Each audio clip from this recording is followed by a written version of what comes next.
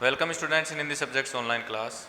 पिछली क्लास में हम बात कर रहे थे क्वेश्चन नंबर हमारा जो चैप्टर 8 है उसके क्वेश्चन आंसर के बारे में, और 3 क्वेश्चन हमने कंप्लीट कर लिए थे। हमारा 4, 5 एंड 6 नंबर क्वेश्चन रह रहे हैं। तो आज हम शुरू करते हैं हमारे क्वेश्चन नंबर 4 के आंसर के साथ।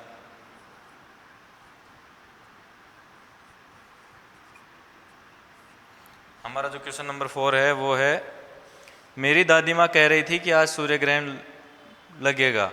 यह बात किसने कही थी? तो जो बच्चे बात कर रहे थे, मान्या, मोहित, आर्यन, तो इनमें से ये बात कही थी मोहित ने। अपनी दादी के बारे में किसने कहा था कि दादी ने बताया था मेरे को सूर्य ग्रहण के बारे में? तो ये बात बोली थी किसने? मोहित ने। ये अपना क्वेश्चन नंबर 4 हो गया। Question number 5। क्वेश्चन नंबर 5 है, इंद्रधनुष के रंगों के नाम लिखिए। तो आपको जब मैंने चैप्टर पढ़ाया था तो उसमें मैंने रंगों को चित्र बना करके भी समझाया था, उनके अलग अलग नामों को। तो आज हम वापस से लिख लेते हैं इंद्रधनुष के रंग। मैंने आपको क्रम भी बताया था ना।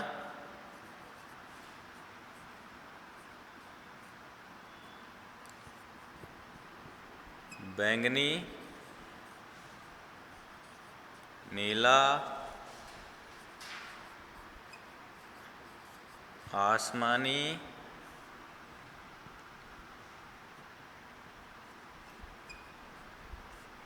हरा,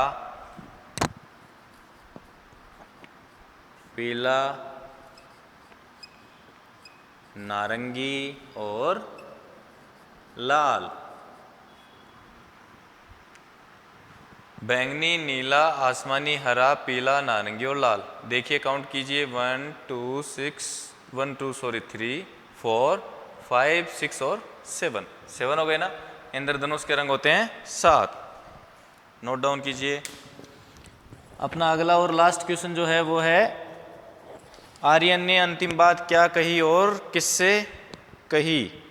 आर्यन ने अंतिम बात क्या कही और किससे कही? तो एक बार ये नोट कीजिए, फिर इसको रब करके अगला क्वेश्चन लिखेंगे।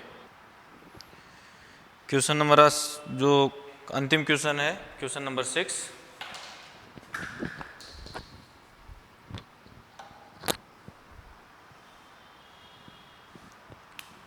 आर्यन ने अंतिम बात क्या कही?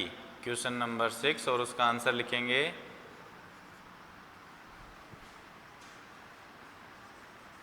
आर्यन द्वारा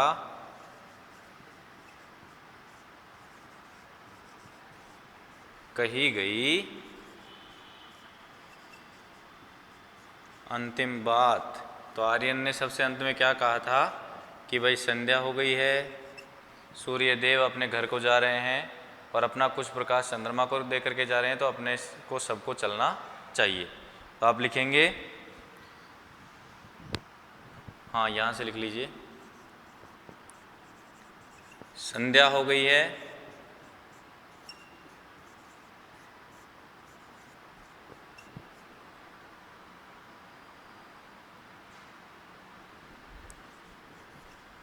सूर्य जी अपने घर जाने की तैयारी में हैं।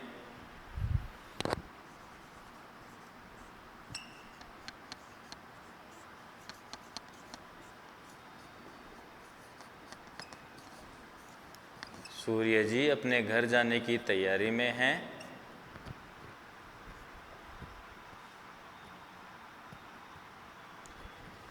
ये अपना कुछ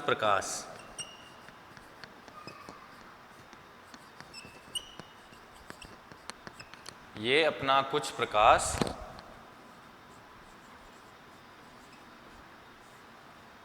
चंद्रमा को देकर जाएंगे।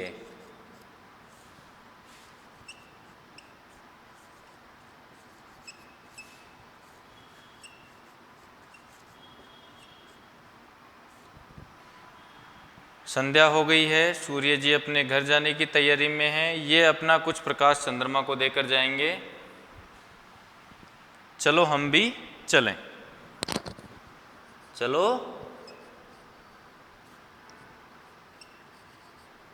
हम भी चलें।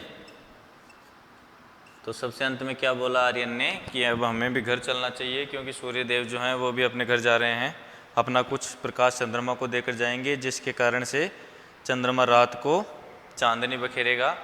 और जैसे आपने कभी देखी हो, दो तरह की रात हमें देखने को मिलती है, एक होती है चांदनी रात और एक होती है अंधेरी रात। तो जब सूर्य अपना कुछ प्रकाश चंद्रमा को दे जाएगा तो चंद्रमा रात्रि के समय अपने को उस प्रकाश से प्रकाशमान रखेगा, चांदनी बखेरे रखेगा।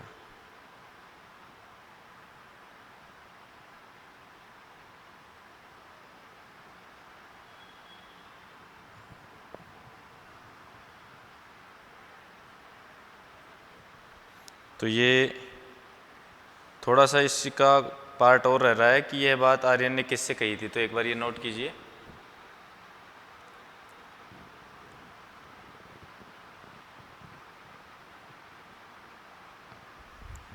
पहले तो हमने ये लिख लिया कि आर्यन ने अंतिम समय में क्या कहा था।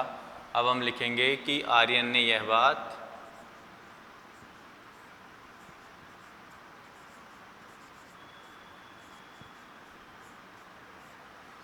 बच्चों से कही। किससे कही? बच्चों से कही। वहाँ पे जो और बच्चे थे आर्यन के अलावा, मोहित, मान्या, तो उनसे आर्यन ने क्या कहा कि भाई सूर्य भगवान ने जाने की तैयारी कर ली, अब हमें भी चलना चाहिए। ये अपना चैप्टर नंबर जो 8 था उसके क्वेश्चन आंसर हमने कंप्लीट कर लिए। अब हम इससे संबंधित भाषा की बात और आगे जो भी लिखा हुआ है वो एक बार पढ़ेंगे। इनको आपको करना नहीं है होमवर्क में। अब तक जो क्वेश्चन मैंने लिखाए हैं केवल वही आपको होमवर्क में करने हैं। इसके बाद देखिए लिखा हुआ है भाषा की बात। पाठ में रह के 3 रूप आए हैं, आप ऐसे शब्दों को छांट करके लिखिए जिसमें खाने में दिए गए रह का रूप लिखा हुआ हो। तो पाठ में से अपने को चेक करना है। रह को 3 तरह से लिखा हुआ है। रह सीधा रह लिखा हुआ है, एक रेफ वाला रह है और एक पदेन वाला रह।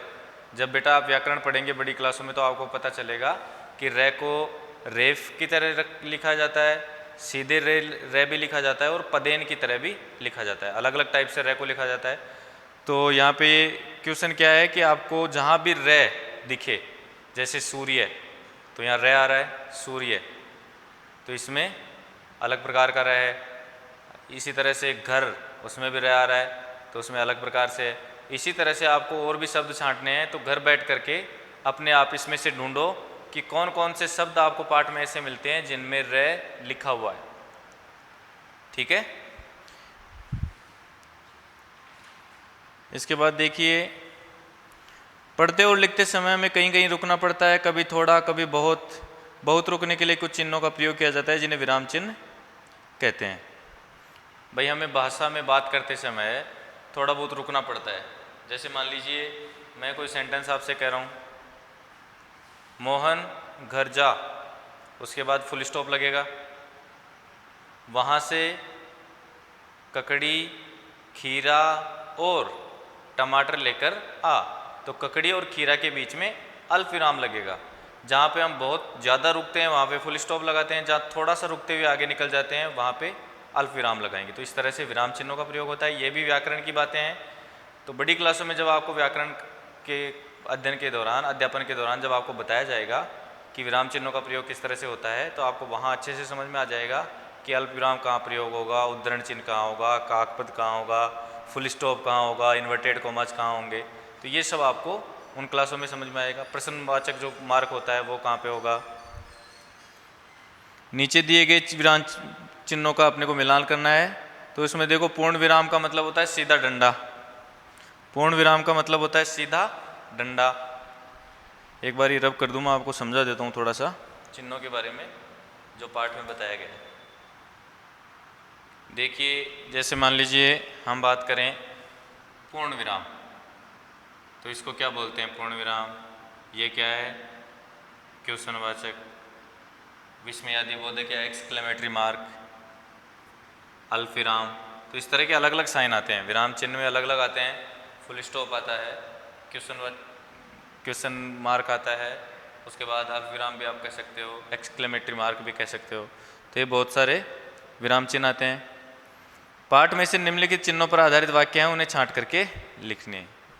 तो इसमें से अपने को इस पार्ट में से देखने हैं कि क्वेश्चन मार्क वाले कौन कौन से सेंटेंस आपको मिलते हैं, कॉमाज वाले कौन कौन से मिलते हैं, या विस्मयादि बोधक चिन्ह वाले कौन से मिलते हैं, या फिर फुल स्टॉप वाले कौन कौन से हैं। तो इसमें बहुत सारे हैं, आप छांट सकते हैं। निम्नलिखित शब्दों के सामने दिए गए शब्दों में से अलग अर्थ देने वाले शब्द पर गलत का निशान लगाइए। जैसे बादल के सामने लिखा हुआ है मेघ, तो मेघ का अर्थ भी होता है बादल। यह सिनोनिम जब आप पढ़ोगे तो आप उसमें देखोगे कि बादल के पर्यायवाची कौन कौन से होते हैं। या फिर घोड़ा, सोना, मित्र, अलग अलग वर्ड जो हैं व्याकरण के दौरान आपको अलग अलग वर्ड्स के जो सिमिलर वर्ड्स होते हैं उनके बारे में जानने को मिलेगा। जब हम बात करेंगे व्याकरण की तो इसको और अच्छे से समझेंगे। तो आज हमारा ये चैप्टर कंप्लीट हो चुका है। इसके क्वेश्चन आंसर कर लीजिएगा। अगर किसी बच्चे को कोई प्रॉब्लम हो तो आप मेरे व्हाट्सएप नंबर पे मैसेज करके पूछ सकते हैं। किसी भी क्वेश्चन का आंसर अगर आपको समझ में नहीं आ रहा है या और कोई प्रॉब्लम है तो आप मेरा जो नंबर आपके पास अवेलेबल है उस पर व्हाट्सएप से मैसेज कर दीजिए, मैं उसका रिप्लाई ज़रूर करूँगा। ठीक है बच्चों, तो आज की क्लास में इतना ही।